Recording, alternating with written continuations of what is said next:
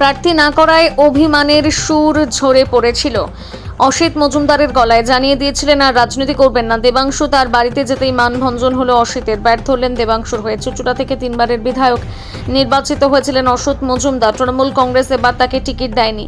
গতকাল প্রার্থী ঘোষণার পর অভিমানী অসিত জানিয়ে দিয়েছিলেন রাজনীতি আর করবেন না, ওকালতি পেশায় ফিরে যাবেন, সময় কাটাবেন বই পড়ে, ক্লাব সংগঠন করে। অসিত মজুমদারের অভিমানের কথা কানে যেতে দেবাংশু বুধবার সন্ধ্যায় প্রিয়নগরে তার বাড়িতে পৌঁছে যান। পায়ে হাত দিয়ে প্রণাম করেন অসিত, তাকে জড়িয়ে ধরেন। তারপর ম্যারাথন আলোচনা হয় দুজনের মধ্যে।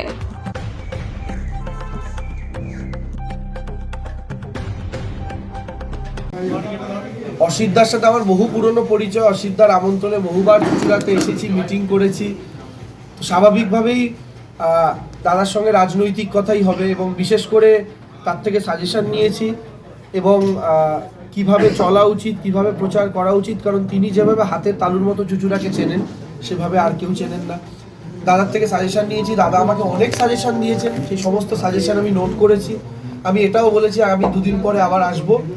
দাদা ততদিন একটু সাজিয়ে রাখবেন, আমি দরকার হলে ডায়েরিতে সবটা নোট করব, করে নিয়ে যাব। অসিতদা আশীর্বাদ করেছেন, অসিতদা বলেছেন পাশে আছেন আমার। এবং অসিতদা তো দলের দীর্ঘদিনের সৈনিক, দলের খারাপ সময়ের সঙ্গী, দলের ভালো সময়ে সংগঠনকে গুছিয়েছেন, দলের খারাপ সময় গুন্ডা বদমাইশদের সাথে লড়াই করেছেন, চুঁচুড়া শহরকে সাজিয়েছেন নিজের মতো করে। 2021-এর বিধানসভা নির্বাচনে যেভাবে বিজেপির গুন্ডারা তাকে প্রায় এবার প্রয়োজন পড়েনি, তো সেরকম ভাবে চলছে। তবে খেলা হবে আজও রেলিভেন্ট সারা বাংলা জুড়ে লোক। দেখুন, ওয়াক ওভার কথাটা আমি বলায় বিশ্বাস করি না। প্রত্যেকটা লড়াই কঠিন, প্রত্যেকটা লড়াই সহজ, লড়াই লড়তে হয়। এবং আমরা লড়াই আমাদের এটা ভেবেই লড়বো যে আমরা 99-এ দাঁড়িয়ে আছি, আমাদের 100 করতে হবে। ওটা ইলেকশনের আগের দিন পর্যন্ত আমাদের মানসিকতা হবে যে আমরা দূর রয়েছি। 2021-এর পর থেকে লোকসভা থেকে শুরু করে মমতা বন্দ্যোপাধ্যায় যেরকম, অভিষেক বন্দ্যোপাধ্যায়ের মুখ খেলা হবে স্লোগানটাও কিন্তু একটা বড় অঙ্ক তৃণমূল কর্মীদের কাছে। আপনি স্রষ্টা, 2026-এ সেই স্রষ্টাকে চুঁচুড়ো পেল, মানুষের কাছে কি বার্তা? না দেখুন, আমি কৃতজ্ঞ প্রথম কথা দলের কাছে, এরকম একটা আসনে আমাকে পাঠিয়েছে যেখানকার মানুষ এত রাজনীতি সচেতন, এত শিক্ষিত, এবং সবচেয়ে বড় কথা অবশ্যই হুগলি জেলার হেডকোয়ার্টার, সেটা তো একটা বিষয় বটে। এবং এখানকার একটা বিরাট বড় ঐতিহ্য, ইতিহাস, সেই সবটা তো ফলে এরকম একটা জায়গা থেকে নির্বাচনে লড়তে পারাটাই একটা অন্যরকম ফিলিংয়ের ব্যাপার, একটা অন্যরকম অনুভূতির ব্যাপার। তো সেই জায়গা থেকে আমি কৃতজ্ঞ আমার দলের কাছে, কৃতজ্ঞ চুঁচুড়ার মানুষের কাছে, তারা আমাকে গ্রহণ করেছেন, ভালোবাসা দিয়েছেন। কৃতজ্ঞ সকল দলীয় কর্মী নেতৃত্ব যারা আছেন তাদের কাছে, অসিতদার কাছে, সকলের কাছে, আপনাদের কাছে, সংবাদ মাধ্যমের কাছে। এবং আমি এটাই আপনাকে বলছি যে আমি মানুষের কাছে শুধু এইটাই বলতে চাই যে অসিতদা যে কাজটা অসম্পূর্ণ করে, মানে যে কাজটা করতে করতে আজকে অসিতদা রিলে রেস দেখেছেন তো, অসিতদার হাত থেকে শুধু মশালটা নিয়ে অসিতদাকে সঙ্গে নিয়েই দৌড়ে ছিল, যেভাবে তাকে ঘিরে ধরেছিল, সেই সমস্ত জায়গা থেকে দাঁড়িয়ে উনি লাইফ রিস্ক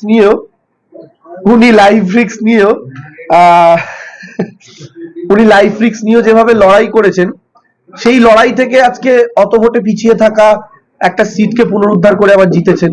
ফলে তার রাজনৈতিক যে প্রজ্ঞা, সেই প্রজ্ঞাকে প্রণাম করতে আসা, সাজেশন নিতে আসা। বাকি তো দাদার মতো করে যা বলার বলবেন। আমি দাদার কাছে এসে সমস্ত রকমই সাজেশন নেব। আমি আমার তরফ থেকে দাদাকে আবেদন করেছি যে দাদা পাশে থেকে আশীর্বাদ করো তোমার।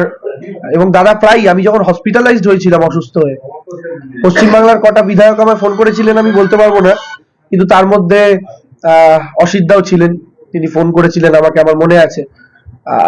ভালো সময় দাদা যেমন যোগাযোগ করেছেন, খারাপ সময়ও দাদা যোগাযোগ করেছেন। এই মুহূর্তে যারা এখানে কেউ যদি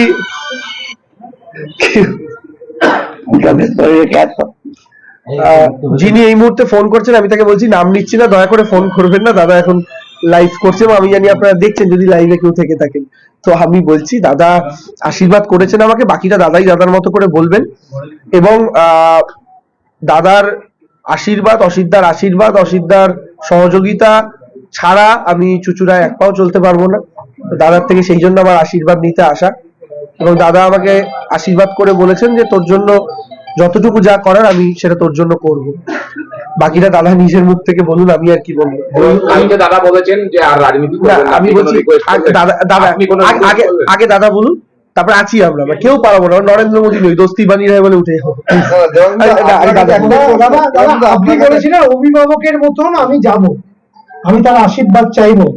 আমার বাবা মা কোনো রাজনৈতিক কোনো নেই আমার দৃষ্টিভঙ্গি, কিন্তু আজকে আমি বিধায়কের সঙ্গে দেখা করবো, আমি তাকে অভিভাবক হিসেবেও মানবো। কি কথা হলো অভিভাবক হিসাবে অসিত মজুমদারের সঙ্গে আপনার? দেখুন, অভিভাবক যদি আমি সন্তান পিতা তুল্য সন্তান তুল্য বলি, তাহলে বাবা আর ছেলের মধ্যে ঘরে কি আলোচনা হয় সেটা সবসময় বাইরে বলতে নেই, ঠিক আছে? তো আমি সেই জন্য বলছি না। তবে দাদার সঙ্গে আলোচনা, আমি আবার বললাম, রাজনৈতিক সাজেশন নেওয়া দাদার থেকে, এবং আমি রাজনীতিতে বয়সে দুটোতেই তার হাঁটুর বয়সী, তার চেয়েও নিচে বলতে পারেন। তো তার থেকে সমস্ত রকম ভাবে সাজেশন নেওয়া, চুঁচুড়া শহরকে তার চোখ দিয়ে চেনা, তার মতো করে দেখা, এবং সব রকম ভাবেই তার থেকে শেখা। এই এই এই গোটা বিধানসভা, এই যে 7টা পঞ্চায়েত, এই যে 30টা ওয়ার্ড, এই সবটা তার থেকে জানা চেনা, সেটা ফার্স্ট ক্লাস আজকে দাদার থেকে নিতে এলাম। অসিত মজুমদারের যেহেতু তিনি নখদর্পণে পুরো চুচুড়া, তার ছত্রছায়া ছাড়া কি যেটা সম্ভব নয়? আমার মনে হয় বাকিটা দাদা বলুন, তারপরে আমি যা বলার বলছি। সমস্ত প্রার্থীরা তো আজকে প্রচারে নেমে গেছে, কেউ দেয়াল লিখছে, কেউ জনসংযোগে ব্যস্ত, আপনি তো ঘর বোঝাচ্ছেন, সেই কারণে কি বলবেন? তো প্রথম কথা হচ্ছে, তৃণমূল কংগ্রেস এমন একটা ঘর, তৃণমূল কংগ্রেসের ঘরটা গোছানো। যারা ঘর গোছাচ্ছেন না তাদের ঘরটাই নেই, তাই ঘর গোছাচ্ছেন না বাকি রাজনৈতিক দল যাদের কথা আপনি বলছেন। আর আমি একটা কথা বলি, আবার বলছি, অসিতদা যে জায়গা থেকে আগের কয়েকটা দিন যে কথাগুলো বলেছেন, এই অভিমান হওয়াটা তো অস্বাভাবিক কিছু নয়। অসিতদার জায়গায় আমি থাকলে এক জিনিস আমারও হতো। অসিতদার জায়গা, অসিতদার বয়সে দাঁড়িয়ে যদি আমার হয়, অসিতদার বয়সে কি, আমার যদি 5-7 বছর পরে হয়, আমি কিভাবে নিজেকে নিয়ন্ত্রণ করবো আমিও জানি না, ঠিক আছে? তো অসিতদা সেই জায়গা থেকে যে বলেছেন, সে কথায় তো কোনো ভুল নেই, ঠিক আছে? তো স্বাভাবিকভাবেই তিনি তার অভিমানের জায়গা থেকে বলেছেন। আমি আমার মতো করে দাদাকে কিছু অনুরোধ করেছি এবং দাদা আমাকে আশীর্বাদ করেছেন। বাকিটা অসিতদা বলুন, তারপর আপনাদের যা প্রশ্ন আছে উত্তর দেবো। বলো দাদা। দেখুন, ও আমার প্রায় সন্তানের মতো। আমার মেয়ের বয়স 40, ওর বয়স তার কম। অতএব ও রিকোয়েস্ট করেছে, আমি ওর কাছে আছি। আর আমি তৃণমূলের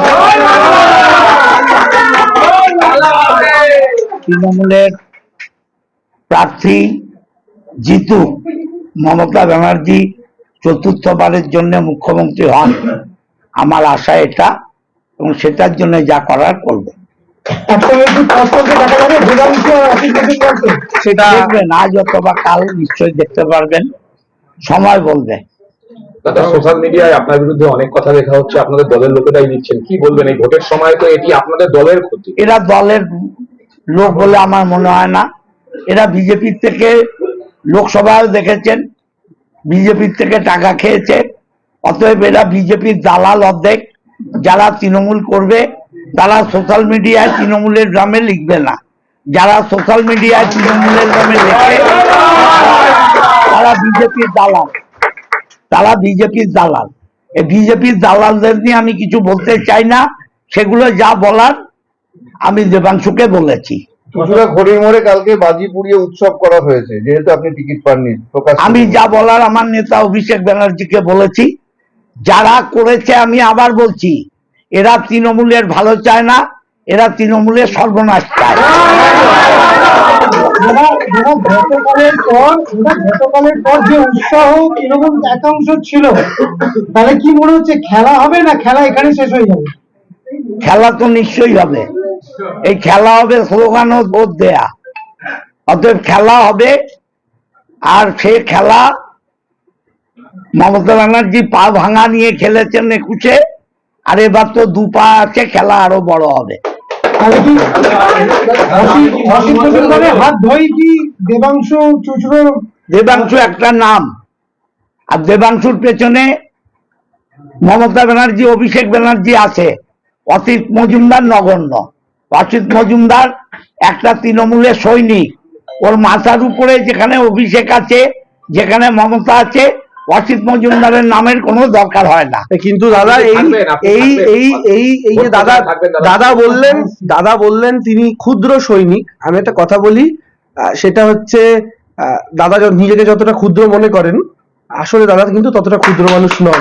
তো ফলে স্বাভাবিকভাবে অবশ্যই যেমন মাথার উপরে মমতা বন্দ্যোপাধ্যায় রয়েছেন আমাদের আদর্শ, আমার সেনাপতি অভিষেক বন্দ্যোপাধ্যায় যেমন রয়েছেন চুঁচুড়াতে, সেরকম ভাবে আমাদের অভিভাবক অসিতদাকে আমার চাই।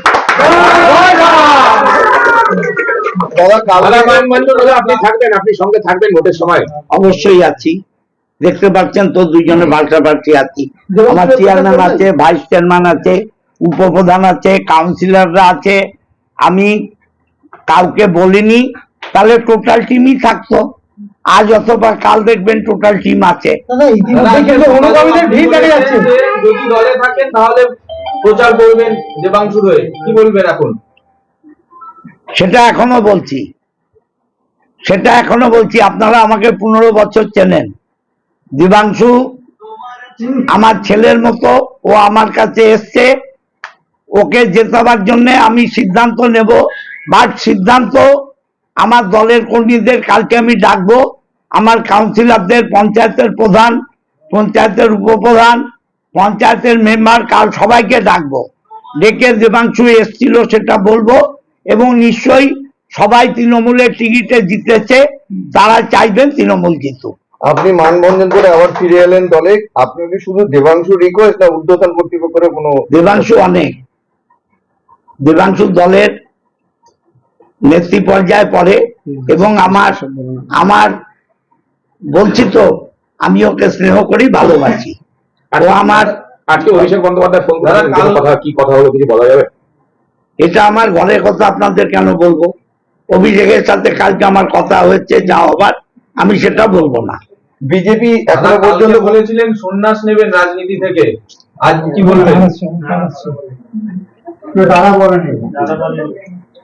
সন্ন্যাস নেব বলেছিলাম? আমি বলেছিলাম রাজনীতি করবো কিনা ভাববো, কর্মীদের সাথে কথা বলে। কখনো আমি একা সিদ্ধান্ত দিইনি। আপনারা আপনাদের মুখ থেকে এগুলো বসাচ্ছেন, এগুলো ঠিক নয়।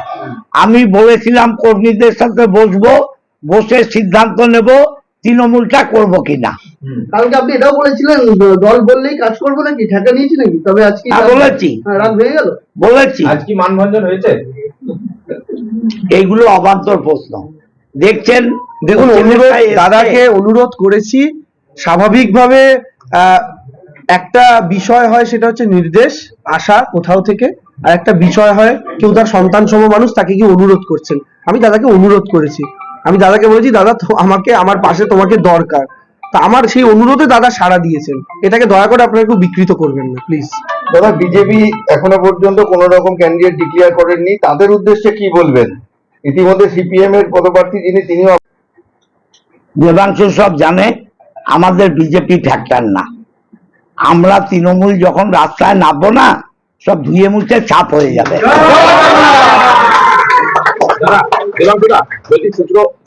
চুঁচুড়ো বিধানসভা এলাকায় একটা গোষ্ঠী কন্দল আছে, আপনি হয়তো জানবেন, যার সমীকরণ চলছে গতকাল থেকে সমাজ মাধ্যমে দেখা হচ্ছে। সেই বিষয়ে তাদের কাছে গিয়ে কি বলবেন? তাদের কেউ নেই আজকে এই দাদার বাড়িতে, যারা আছে সেই অংশটা নেই, মানে শহর সভাপতি, চুঁচুড়া শহর সভাপতি কেউ নেই। দেখুন, আপনি তাদের ওদের বলছেন, আমি প্রত্যেককে তৃণমূল কংগ্রেসের কর্মী হিসাবেই দেখছি, দলের নেতৃত্ব হিসাবেই দেখছি। তাদের ওদেরটা আমি এখনো জানি না। চুঁচুড়ার অভিভাবক অসিতদা, আমি তার সাথে কথা বলতে, এবং তিনি চুঁচুড়ার 3 বারের বিধায়ক, তিনি চুঁচুড়াকে হাতের তালুর মতো ছিলেন, তিনি চুঁচুড়াকে তৈরি করেছেন নিজের মতো করে। তো স্বাভাবিকভাবে তার আশীর্বাদ আমার দরকার, তাকে আমার সঙ্গে দরকার। বাকি আরো যারা আছেন অবশ্যই প্রত্যেককে দরকার, প্রত্যেককে নিয়েই তো চলতে হবে। কিন্তু আপনারা এই যে গোষ্ঠীদ্বন্দ্বের কথা বলেন না, আমি আগেও বলেছি, আমি আবার বলছি, এই ট্রেনের একটা কম্পার্টমেন্টের সাথে একটা কম্পার্টমেন্টে যদি ঠোকাঠুকিও থাকে কোনো প্রবলেম নেই, কারণ এই গোটা ট্রেনের ইঞ্জিন একটাই, তার নাম মমতা ব্যানার্জি। ইঞ্জিন হাওড়া গেলে ট্রেন হাওড়া যাবে। তা আমি আপনাকে এটাই বলছি যে আমাদের দলে প্রত্যেকে আলটিমেটলি ওই মানুষটার ছবির দিকে তাকিয়ে, বিধানসভা নির্বাচন তো তাকে মুখ্যমন্ত্রী বানানোর নির্বাচন। যদি আর কারোর, দেখুন আমি কালকে এসেছি, আমি সত্যি সত্যি অসিদ্ধা বাদ দিয়ে এখানে কাউকে এখনো চিনি না। আমার প্রত্যেকের সাথে পরিচয় হচ্ছে, প্রত্যেকে আসছেন, হাত মেলাচ্ছেন, পরিচয় করছেন, আমিও তাদের সাথে পরিচয় করছি। আজকে অসিদ্ধা যেমন অনেকের সাথে আমি পরিচয় করে দিলেন, আমার চেয়ারম্যান সাহেবের সাথে পরিচয় হলো, ভাইস চেয়ারম্যানের সাথে পরিচয় হলো, আমার ব্লক প্রেসিডেন্টের সাথে একজন পরিচয় হলো। তো স্বাভাবিকভাবে পরিচিতি পর্বটাই এখনো চলছে। ফলে আমরা ওনার প্রশ্নটা আমি এখনই উত্তর দেওয়ার জায়গায় সত্যি সত্যি নেই। আমরা প্রত্যেকে একটাই দল এবং সকলে মিলে আমরা একসাথে আমি আবার বলছি, চুঁচুড়া তৃণমূল কংগ্রেস জিতবে। হুগলির 18টার মধ্যে তৃণমূল কংগ্রেস 16 থেকে 17টার ওপর বিধানসভা এবার জিতবে। পশ্চিমবঙ্গে তৃণমূল কংগ্রেস এবার 230-এর ওপর বিধানসভা জিতবে, এটা আমাদের বিশ্বাস এবং এই প্রতিজ্ঞা নিয়ে আমরা লড়াই করছি। রচনা বন্দ্যোপাধ্যায়, অসিত মজুমদার আর আপনাকে একসঙ্গে দেখা যাবে? নিশ্চয়ই দেখা যাবে, কেন দেখা যাবে না? সবাইকেই দেখা যাবে।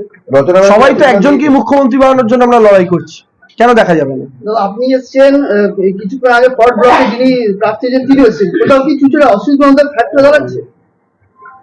তো অবশ্যই অসিতদা সিনিয়র মানুষ, তার থেকে তো আশীর্বাদ নিতে সবাই আসবেন। আবার অসিতদার কাছে ফরওয়ার্ড ব্লকের প্রার্থী যিনি এসেছিলেন দেখা করতে, তার সাথে যখন দেখা করে বেরোচ্ছেন, আমার সাথে যখন তার দেখা হলো, আমিও তাকে প্রণাম করে তাকে শুভেচ্ছা জানিয়েছি আগামী দিনে লড়াই করার জন্য। তো স্বাভাবিকভাবে তিনি আমার সিনিয়র, আমি তাকে প্রণাম করেছি, আমি অসিতদাকেও প্রণাম করেছি। তার সিনিয়র অসিতদা, তিনি এসে দেখা করে গেছেন। এটাই তো কালচার, এবং চুঁচুড়ার বিশেষত্ব তো এখানেই তো চুঁচুড়া সবার থেকে আলাদা। লোকসভা নিয়ে যে এই বিধানসভা হার ছিল, কি বলবেন? 2019-এর ডবল হার ছিল, ওটা পেরিয়ে আমরা তার ডবল ভোটে জিতেছিলাম। তো এইবার তো অনেক কম। রচনা ব্যানার্জির সাথে কথা হয়েছে? হ্যাঁ, তার সাথে আগে কমিউনিকেট হয়েছিল। আমি খুব শীঘ্রই সবাইকে মিলেই প্রোগ্রামে আপনারা দেখতে পাবেন। কাল থেকে কি হবে? কাল থেকে কি প্রচারে বেরোবেন?